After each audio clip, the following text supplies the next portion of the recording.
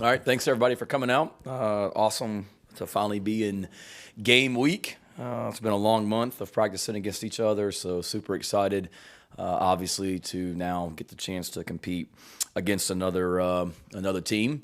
Going back to last week was a really good week for us. Our mock game week where we simulated everything that we would do during a normal game week, capped that off with a Friday afternoon practice where we essentially simulated a game and every scenario you can think of, pregame warm-ups, halftime organization, all the different scenarios that come up during the game, in the games, things like that as well, trying to be as prepared as possible for this upcoming Saturday. Thought that went really well. Our players and staff had Saturday off and then right back in here on Sunday to get going on our normal game week as well. So had a really good practice this morning. We're off to a great start. Injury-wise, really everybody should be good, to be honest with you. Kai Kroger practiced today. Christian Beal-Smith did a little bit in practice today. Fully expect those guys to be available this Saturday night. The only guy that would be a little bit more of a question mark right now would be Corey Rucker. He's probably got a ways to go to be ready to go on Saturday, but we'll see what happens here over the next few days as well. But other than that, we're, knock on wood, in a really good position. Injury-wise, credit Luke Day and Chip Morton in the weight room and Clint Haggard in our training room for the way that they've handled preseason, the way that our players have handled preseason. It's been really, really physical. It's been a grind. I think those two departments, along with myself, we meet regularly just to kind of map out practice and where we are as a football team, and they've done a good job just trying to limit some of the soft tissue injuries and things like that you normally deal with this time of year. No, we released a depth chart yesterday. We looked at it. I can assure you I didn't spend 3 hours poring over it before we released it to you guys. I hate to disappoint you on that. All I would urge you is please be flexible. The way it's listed right now, it may not exactly be that way on the first play Saturday night or the first defense on Saturday night, depending on the personnel grouping that's in the game. So a guy may have an or next to his name. That's not me trying to be a pain in the butt and be difficult. That is legitimately, depending on the personnel grouping, one of those two receivers may be out there in the game.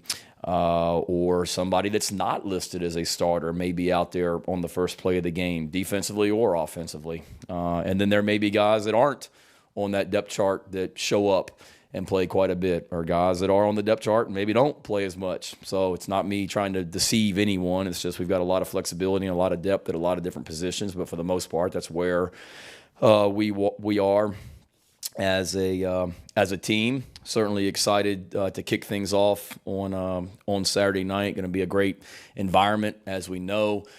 Want to congratulate Tommy Suggs going into his 50th year in the radio booth for us. That's remarkable, but what an awesome accomplishment by him. And he's was a great friend of mine before I came back here when I was here as an assistant coach. He's a great friend and a neighbor now here in Columbia, and certainly appreciate his support, and awesome having him and Todd Ellis heading up our radio crew again this year as well. And it's going to be great to have Jadeveon back this weekend as well. A guy that was the number one player in the country. Me and Tommy were actually talking about this last week. Very rarely do you have a guy that's the number one player in the country and then goes to a college and then ends up being the number one draft pick as well after his college career also. You got a lot of guys that are number one player. I don't know how many of them ended up being the number one draft pick, but certainly excited to have him back and was around obviously during his recruitment, and it'll be a great environment, and we'll have great opportunity for him, and excited for him getting honored, and will be fantastic for so many of these recruits that'll be here on Saturday night to see him, a guy that was in their shoes and got to where they want to be. Also as well, nothing like a Saturday night in Williams-Brice Stadium, and expect Saturday night to be no different, starting with our Gamecock walk when our players arrive here, to come into the stadium. Expect that to be electric and rocking as well. I know our players certainly appreciate that. I know I do, and our coaches do as well. It's something special, and and very unique. I've been a lot of places, and they have walks, but they don't have a walk like we have. And it's going to be awesome to be out there. It's going to be awesome to see the cockpit again down there in the end zone in the student section, our band, our cheerleaders, our fans, everything that makes Williams-Brice special as well.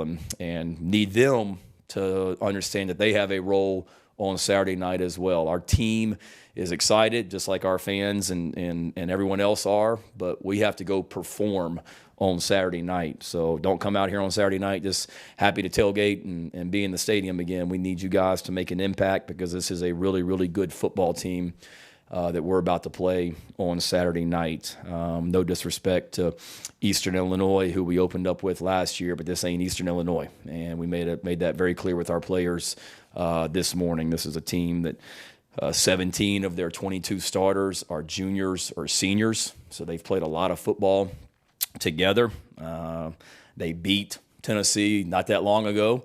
They had a heck of an opportunity to beat Auburn last year at Auburn. If Auburn doesn't convert 4th and 9, I think, with under a minute left in the game, Auburn loses to Georgia State. You know, Auburn blocked a punt for a touchdown in that game.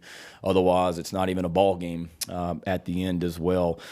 So it's a very confident team that has gone on the road in the SEC and performed very well, and had an opportunity, did win one game, and had very much of an opportunity to win a second game against an SEC team on the road. We've made a big point of emphasis about running the ball and stopping the run, but we'll find out how much progress we've made Saturday night. These guys were 8th in the country last year in running the football. So obviously you're going to see your service academies up there year in, year out, because that's what they do. And then after the service academies, you got to be really good at running the football to be up there, and they were 8th in the country last year. Defensively, they're disruptive. They set school records last year for sacks, tackles for loss, and turnovers forced, if I'm not mistaken. So a very disruptive defense, a very good offense that can run the football, as they've shown, that certainly will not be intimidated coming in here. And you got a lot of ties, actually. Obviously, 20 players on their team from South Carolina, including the starting quarterback. So we know what this game means to them, and certainly our guys are going to be extremely excited to go play. But we have to go play well. And again, they've been in some stadiums in the SEC. Georgia State has. Auburn was an afternoon game. Tennessee was an afternoon game. We need the experience in Williams-Brice Stadium under the lights at night. It's our first time in an SEC stadium at night, and we need this thing to be absolutely rocking Saturday night, Gamecock Nation. So counting on you from that standpoint. And any questions you guys have, I'll be glad to answer. I don't even have to ask it. I know it's quoting the Dave right over here. So Shane, I'm just going to start saying, Dave, you got it. What do you got, my man? Shane, a couple for you. Standing up here a year from your first game after that, do you feel, any more nervous, anxious, that kind of thing? And the second is uniforms. I understand you make the call on that. Just what's your thought process on them? Did the players tell you that, or yeah, they've been in my ears since for a while. One of them, I won't name who. We were talking uniforms this morning. He actually wanted to know what accessories we're wearing with the uniforms as well. So I'm like, oh my God. You think in 1970 those guys were worried about the accessories they wore with their uniforms, but it's a different time.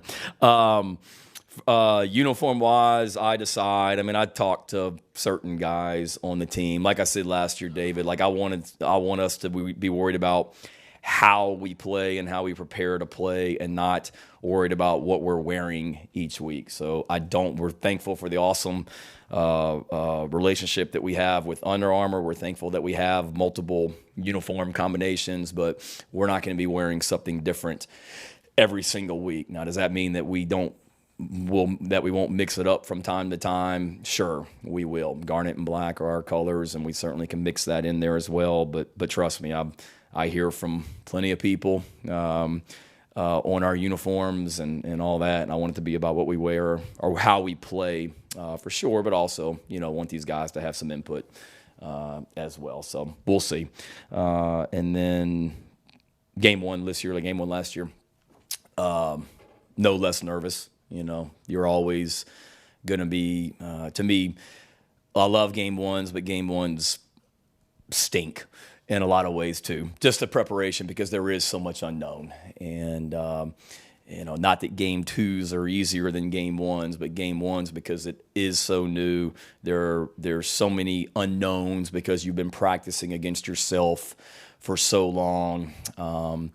Guys, it's the first time they went out, or it'll be the first time they go out in an environment like that. We're playing a lot of new players, freshmen, transfers as well. So just the unknown. So no, I feel like I got a better handle on things because it's my second time through, David. But as far as the nerves or any of that, no, it's still sky high. Shane, you mentioned even last week trying to get recruits out here. As you sit here with prospects finally able to come back on Saturday, what goes into making a quality experience and trip for a guy that's maybe coming in for just Friday night and Saturday and dipping after the game? Yeah, you don't have somebody that would be here for an official visit or really anybody that's here.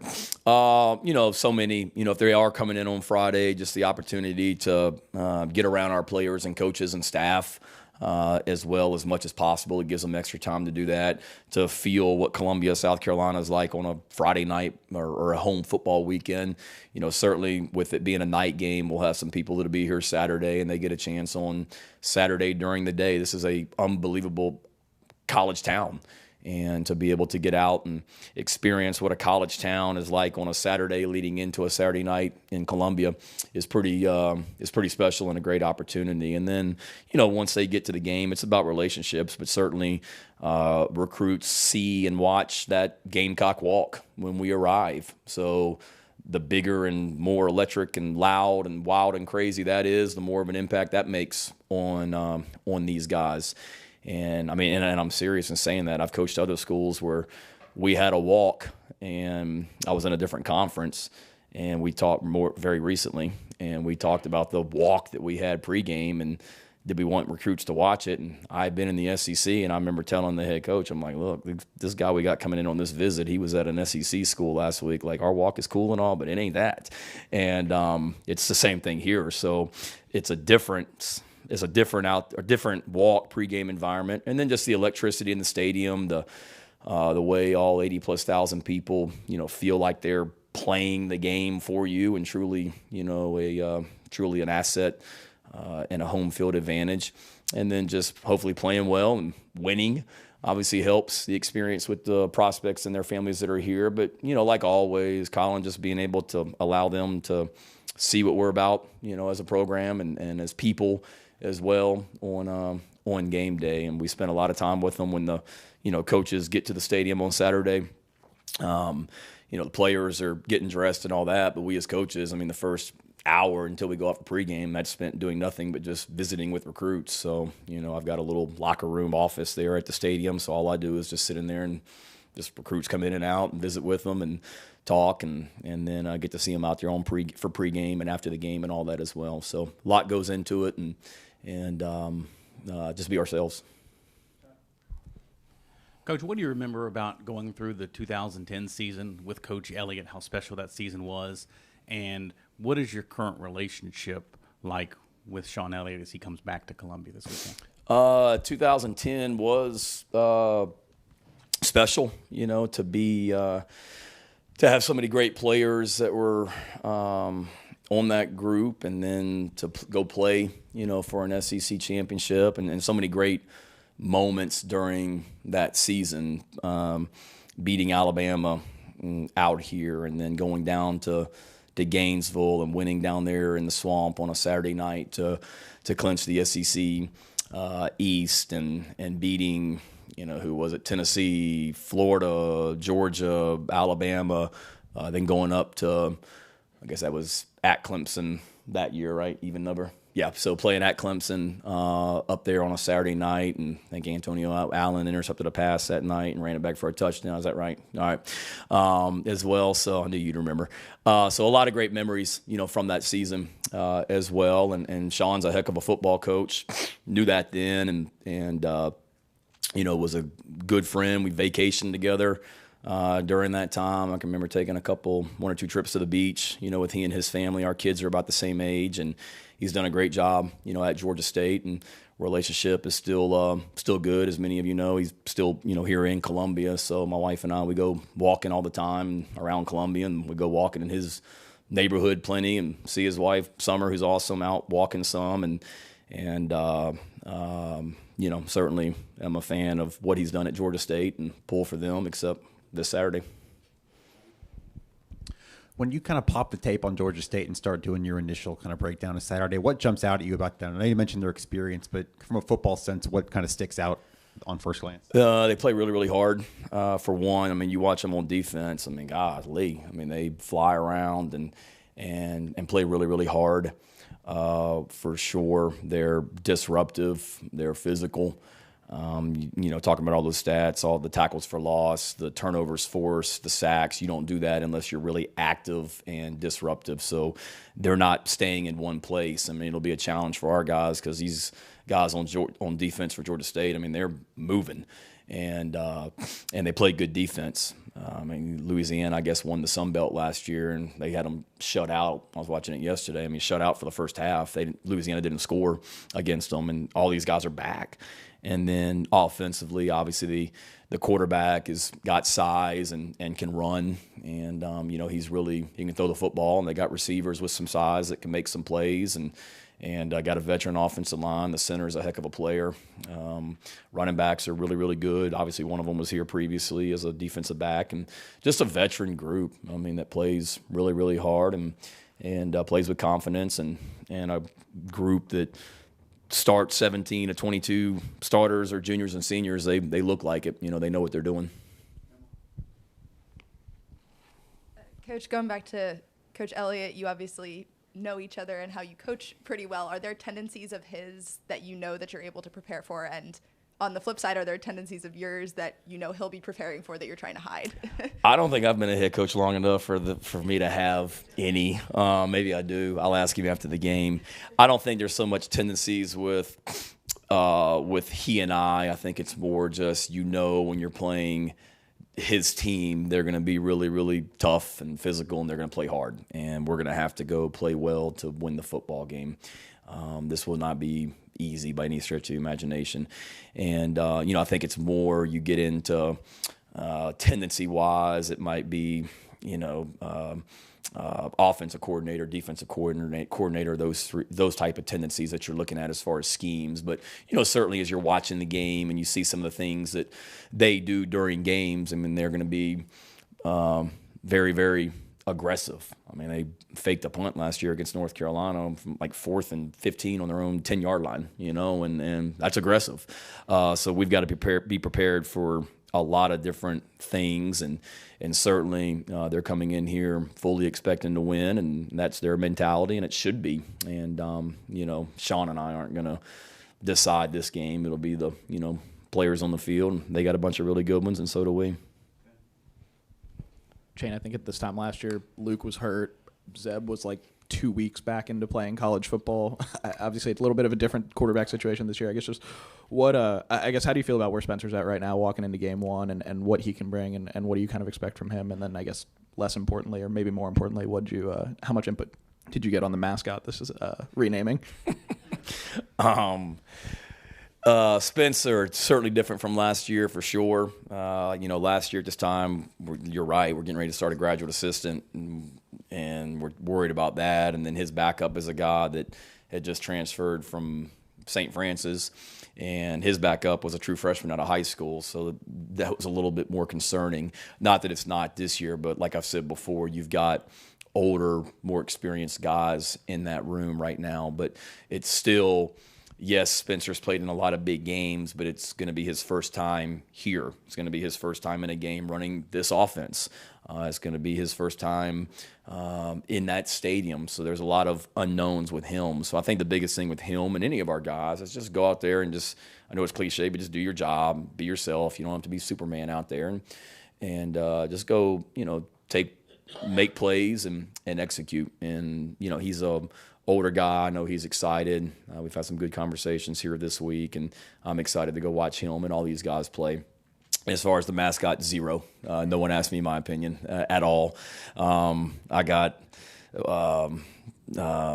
a lot more. I don't want to say a lot more to worry about, but I'm trying to get a football team ready to play on Saturday. Not chiming in on names for sure. Shane, I wanted to ask about Spencer too. He seems like when we see him, he's a very poised, easygoing young man. It seems unusual for 20-somethings there. Is he that way around the building? Is he that way on the field? Is he just kind of is that just who he is? That's who he is. It is, and we want him to be himself, but there's also, you got to understand, as the quarterback, you are the leader, of the offense in so many ways, and we got some fantastic leaders on that offense. I mean, Javon Gwynn was a captain last year, and other guys, and we don't need Spencer to do it all, but he's in a leadership position for sure, and I've seen his how vocal he is grow. He's not afraid to get on guys out there when he needs to. I think he does a great job of just communicating with the receivers and the tight ends and the running backs and the passing game about, what he wants and what he saw and things like that. There's been some good communication. So I like his mentality. It's who he is. But don't let that mistake you for not being a fiery competitor and vocal when he needs to be. Hey, Shane. Oh, sorry, Rick. Could you elaborate a little bit more on what makes the Gamecock Walk so unique, and how amped up were you after your first Gamecock Walk last year as head coach? And also, Georgia State, you say they played tough and hard. How much of that is a reflection of Shawn's personality? Yeah.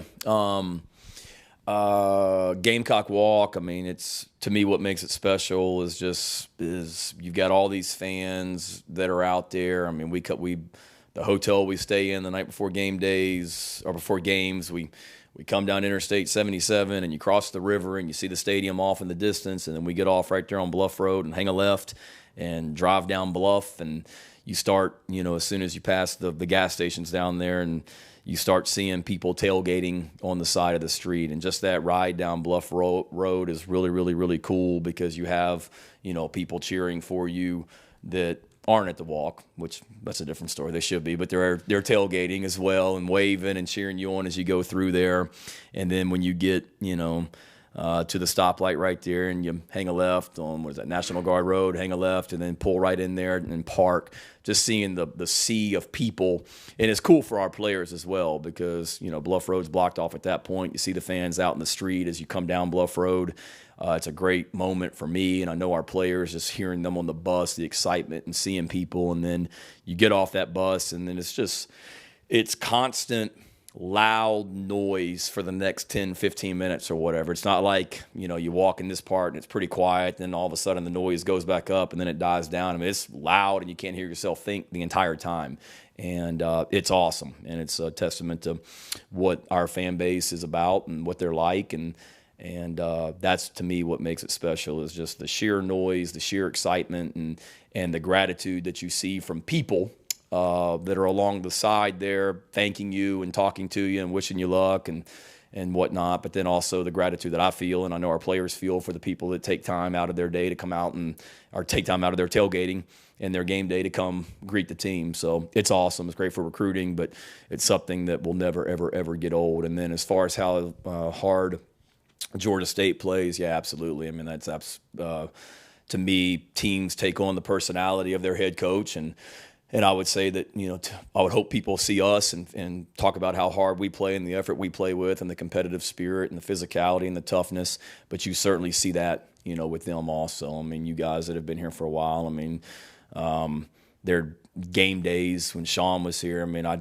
used to think we'd have to get him an IV after some pregame warm-ups, just pregame warm-up. He's out there sweating and bleeding and drenched in sweat. We haven't even kicked off. And that was as the O-line coach. So now as the head coach, the team kind of takes on that personality as well, and he's done a really good job there, and it's a testament to him. Shane, what are the areas of progress that you would like to see most, that you want to see most come to fruition on Saturday night? From last year to this year, or just like preseason camp? Okay, like where from now until then, where we need to really improve. I think you never you're never completely at ease with like timing and everything in the passing game. And we've got a lot of new faces that we're throwing to and a new face throwing to them. So you talk about, Xavier Leggett and Jaheim and Trayvon Kenyon and what to carry on and Josh Van and Jalen Brooks. I mean, those guys are returning, but then you got guys like Juice Wells and you got guys like Austin Stogner and you got guys like Lavassier Carroll and Christian Beal Smith that are new and whoever else, Corey Rucker, that it's a lot of new faces and just the timing of everything, getting used to each other. Certainly you want that to continue to come along. And then you guys saw the two deep. I mean, there's a lot of true freshmen that are listed in that two deep and continuing to get them to where they improve and you feel more and more, not that we don't, but you feel more and more confident about them going out there in a critical situation Saturday night. The more we can put those guys in those situations and prepare them and they prepare themselves mentally to go play on Saturday night the way they need to play. You're talking about the player asking about accessories. Was he trying to wear a neck roll or a cowboy collar or something like that? Or I think he was talking socks and wristbands and all that. I'm like, are you serious, man? Like accessories? No neck rolls. This was a wide receiver, so there were certainly no neck rolls with those guys. I figured that or a DB one. Yeah, exactly. Jordan Strawn's obviously a bigger game for him. What are you expecting out of him on Saturday and, of course, throughout the next 11 games after that? Yeah, Jordan's been awesome. Since he came back this season, I mean, he's really stepped up with his leadership off the field, his play on the field, the way he's practiced, the way that he's worked, the way that he's gotten better on special teams. He's been awesome, since January. And I know it's a, cool moment for him coming back or coming and getting to play his former team. I know it's cool for Jamias getting ready to, come back. I mean, he's been there I remember recruiting him when we were at Georgia in 2016 as well. So you got two former players on different teams coming back and playing their former teammates. But, as far as Jordan specifically, I would expect him to continue to do what he's done all year, and that's play really, really well and be a great leader for us as well, and don't make it bigger than it is either. At the end of the day, it's about executing and doing your job, and confident that he'll do that.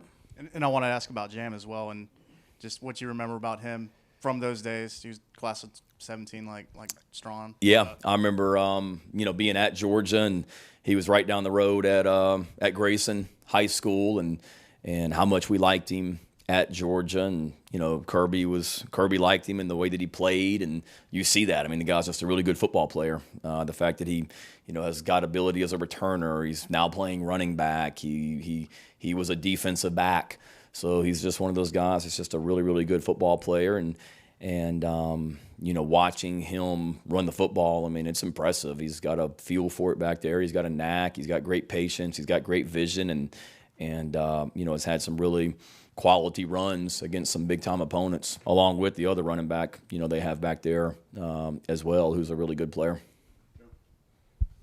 Coach, you brought it up earlier, Jadeveon coming back. What does that mean to have him back, and then what does it mean to have a guy like Spencer continuing the tradition of number 7? Yeah, have Jadeveon back is awesome. Anytime we get our former players back, I love it. And, we got former players on this staff.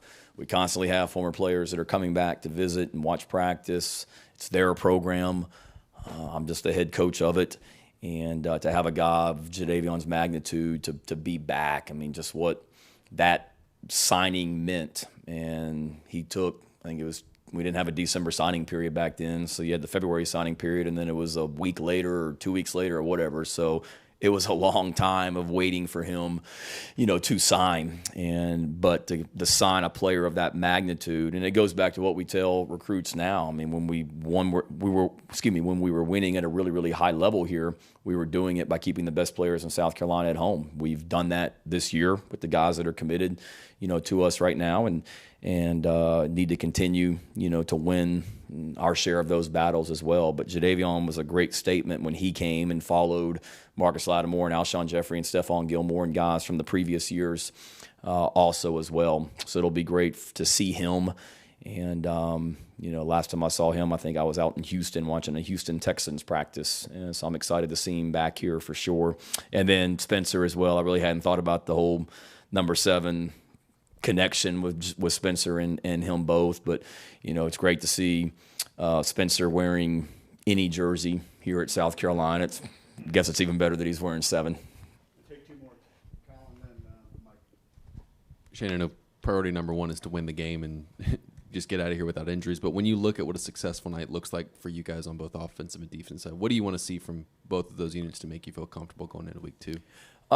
Just efficiency for sure. And we've talked about it with our team, and I sound like a broken record, but it's game 1. It's the first time you've been through this stuff. So just clean from a personnel, substitutions, communication, defensively tackling really well. And let's just look like a well-coached football team. And Georgia State's going to make plays. How do we handle adversity? It's not all going to be great out there on Saturday night. There's going to be some adversity that we have to deal with throughout the game. How do we deal with it? And seeing how we respond to that from that standpoint, will be key. But that's the biggest thing, Colin, is just defensively clean with our substitutions. We're going to play a lot of players. Be good tacklers, and offensively, same thing. We're going to play a lot of players clean with our substitutions and basically don't beat ourselves, with just dumb stuff. I think in the Eastern Illinois game last year, one time we came out of a timeout, and I think we had 10 guys on the field. Don't do dumb stuff like that. And that starts with me and starts with us as coaches, so just really being good from that standpoint. I got you. I saw your hand up there. I'm coming back to you. Can I override you on that one? He's been trying. All right. It's a little bit of an out-of-the-box question here for you, but 7:30 p.m. kicks. You're waiting around all day. It's kind of tough for coaches and players, I assume, to sort of shut off the football mind. Are there any genuine moments, though, of calmness on a Saturday before kickoff? Not really. I wish. I love night games. I'd play at 9 a.m. every Saturday if I could. Just get up and go, because the nerves only increase, throughout the day, just sitting around waiting. And we have a schedule, we have meetings and walkthroughs and things like that at the hotel. And I don't want it to be where we're just, on edge for the entire day. I mean, it needs to be relaxed and focused, and it is. I mean, we prepare the right way to go play, at night as well. But I guess you try and relax as much as you can be. I'll be in the hotel room. You're preparing for the game, and you're thinking about situations and getting thoughts together. But I also enjoy just watching other games during the day, more so just kind of putting myself in that head coach's shoes and the decision making that they made on a certain scenario, and because you can never get enough practice with that. But no, it's a long day for sure. Yes. I won't read too much into the depth chart, but they're out of positions that didn't have an or on there. A couple were Marshawn Lloyd and Mohamed Kaba. It seemed like those are positions that could have been really up for grabs. What did those two guys do specifically to stand out and be the clear first-team guy? Yeah, and having said that, I mean, you'll see multiple linebackers. You'll see Mo, and you'll see Sherrod, and you'll see Brad, and you'll see Debo for sure. And then at running back, you'll see more than one running back. I think a lot of it is they've done a great job, Marshawn and Mo, of just being consistent and productive. Without a doubt, they've really elevated their games and have gotten better in all facets. And then I would say the other thing too is they've been the other guys at those positions, Sherrod and Christian.